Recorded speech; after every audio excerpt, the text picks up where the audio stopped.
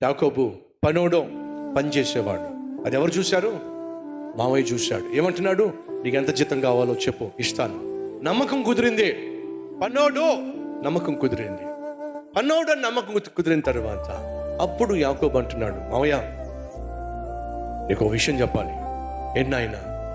మీ అమ్మాయిని ప్రేమిస్తున్నా, మీ అమ్మాయిని ప్రేమిస్తున్నా. పనోడో, పని చేసేవాడో ఇప్పుడు అంటున్నాడు, నేను మీ అమ్మాయిని ప్రేమిస్తున్నా. దానికి ఏమిటి రుజువు?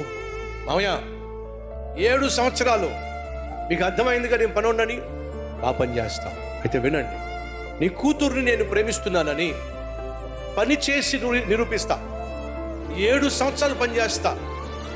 7 సంవత్సరాలు పని చేసి నీ కూతుర్ని పోషించగలను అనే నమ్మకాన్ని కలిగించి అప్పుడు నీ కూతుర్ని పెళ్లి చేసుకుంటా.